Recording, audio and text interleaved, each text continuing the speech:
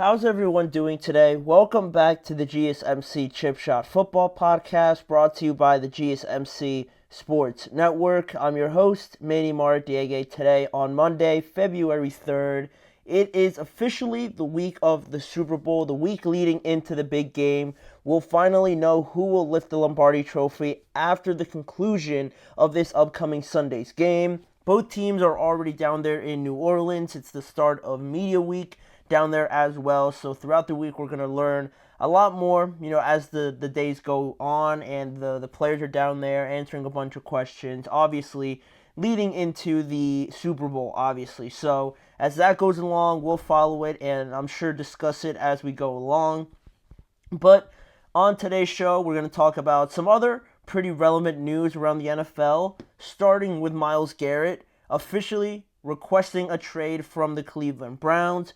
We'll go into that first on today's show. Then we'll look at Chip Kelly's return to the NFL after reportedly the Raiders have agreed to hire Chip Kelly as their new offensive coordinator. Plus more news on Kellen Moore as well in regards to a new opportunity as a head coach. So those things are coming up on today's show. And other than sticking to the show and watching more on the episodes and more on the segments that we have coming up, I have to remind you guys, if you have any questions or comments during today's show, any questions, comments, or opinions you'd like to share on anything we discuss, please don't hesitate to do so. Your insight and input is always a big part of what makes this show great. And we always look forward to getting your guys' perspective on anything that we talk about, just to add to the conversation as well. So if you want to make it absolutely sure that your message stands out and gets featured on any of these live shows, there's an easy way to do that just by using the Super Chat feature. Click the $ at the bottom of the chat box to send in your Super Chat. In this way, it guarantees that your message gets on the air, and it's also a fantastic way to support our channel. Again, we rely on your support to keep bringing you the sports content you love, and we appreciate every bit of it. So go ahead, let us know what you're thinking, share what's on your mind during these live shows, click the Super Chat button, and let us know anything in regards to any topics during these live shows. So you guys have that open to you during any of these live shows as well. But now we can start with our first segment on today's show, the biggest piece of news that I, for one, wasn't expecting to talk about at all, because it was sort of floated as a pretty unlikely topic, I think, a couple weeks ago, where I know we talked about it, and the talk surrounding Myles Garrett, the Cleveland Browns, and there was a point, almost like a month ago now, where Myles had some comments to make about not wanting to be part of a rebuild or anything like that in Cleveland. And then it seemed to have transpired into an area where, I don't know, like the Browns general manager, Andrew Berry, and Myles Garrett seemed to have come to an agreement on the future going forward. And it seemed like Myles Garrett was okay with it, right? He signed off on it, but not according to the news today, right? The news that dropped this morning was that Myles Garrett officially requested a trade out of the Cleveland Browns. A pretty public request, right? I think he just posted something on his social media rather than, any insiders reporting on a one-to-one conversation that Myles Garrett had with the Browns. I'm sure he let them know, but he also made it pretty publicly known that he wanted to look for a new chapter past the Cleveland Browns now at this point in his career. And in his statement that he posted this morning, one of the things that Myles Garrett said was, "While I've loved calling this city my home, my desire to win and compete on the biggest stage won't allow me to be complacent. The goal was never to be from Cleveland to Canton.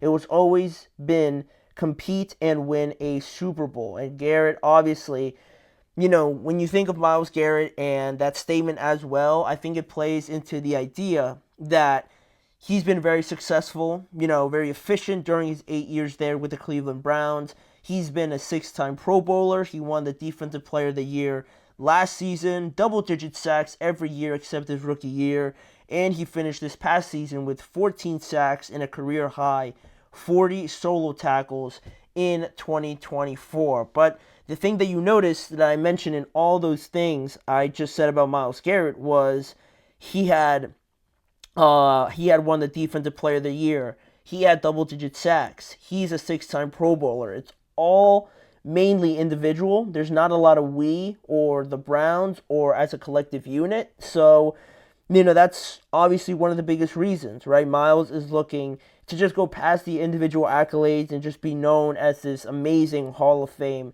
pass rusher, which I'm sure he will be.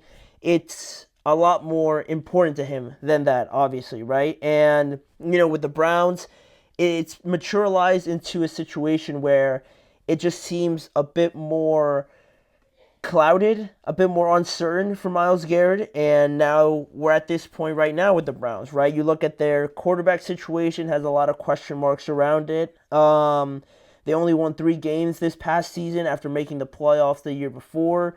Very disappointing, obviously, and he's 29 years old. He's going to be 30 years old at the end of this year, around December 29th. So it's not like he could just sit around maybe for like another, 4 years or something like that for the Browns to really be a contending team. He might feel like, the time is now, right? He is at the peak of his career, most likely, it seems like, and he wants to take advantage of that now. So you get a moment like this, right? The trade request coming in and Myles really wanting to compete, like he said, at the biggest stage and trying to win a Super Bowl. So we mentioned before how it was a bit strange because it felt like it was going one way, and now you get this, and it completely sends you the other way. General Manager Andrew Berry for the Cleveland Browns also touched on this, I think, maybe a couple weeks ago when they asked him about it again, and he said that he wouldn't trade Myles Garrett for 2 first-round picks, and rather he wanted to talk about a contract extension with Myles rather than any sort of trade scenario. And for any of you wondering, the contract situation with Garrett is he signed a 5-year contract, or a 5-year extension, I should say, back in 2020. So he still has 2 years left on that deal. So there's a little bit of urgency there, right? You can start talking about extensions, but it's not like he's going to become a free agent next season. And you need to figure this out quickly, right? The Browns, I'm sure, still don't feel any urgency from the contract aspect of things, right? So, yes, they would love to extend it, but I don't think Myles is really interested in making that decision to extend with the Browns, but rather, getting to a spot where hopefully the Browns would like to trade him, right? And that's where this situation kind of gets pretty interesting because of the fact that there's 2 years remaining on that deal. The Browns really don't have to do anything, and they said today, actually, according to Mike Garafolo, that they saw the statement, right? They acknowledge that Myles, wants to be traded, but they don't feel any urgency, or they don't plan on accommodating his desires, right? They don't plan on trading him. So this is where it becomes kind of interesting, and it could turn a little bit ugly, right? Because what is Myles Garrett willing to do to get traded, right? What's his level of urgency? Is he wanting to get traded no matter what this offseason, right? Is he going to hold out and drag this thing on during the regular season? Of course, we're very, very far from, that date, right? We're already talking about the start of next season. But, this thing could drag on, especially for a player like Myles Garrett. This could be a monumental trade, sort of like the one that Khalil Mack was involved in when he was 27 years old, being traded from the Raiders to the Chicago Bears. There was a lot that went into that trade, and he was younger than Myles Garrett. So, that is really where we're at now. How far is this going to go before, it gets really ugly and it gets really, like, I guess you could say out of hand in some respect, but, personally, I guess I do understand it. Because, like, Garrett's been there for a while now, and they've been close, but it always feels like it's gone, like, up and down with the Browns, right? It always feels like they're never quite ready to be, like, a perennial playoff team. So I do understand the frustrations, and I do understand Garrett believing in himself that, he's in stake for a lot of more success in his career, right? He probably feels like he has a lot more to give and a lot more to contribute rather than, winning 3 games or just being on the outside looking in more likely than not. And the quarterback position is obviously a huge thing, right? Because if you don't have that, then you're not really going to be considered a true contender, despite, the Browns being a good defense and being a decent offense. On their best day, they can hang around. So that's where I do understand it from Myles Garrett's point of view, right? He definitely feels like he should be contributing a lot more. Anthony says, I'm not sure if the NFL is like the NBA, but do they have a no trade clause in their contract? I believe some people do. Like, I'm pretty sure, I forget who it was. I know coaches definitely do. I know Mike Tomlin definitely has one. I believe Russell Wilson had one at some point in time, or he still had one before, or he still has one now. I'm not quite sure, but I'm almost certain that they also do in the NFL, so you can't just, go trading them just like that. And some players definitely do.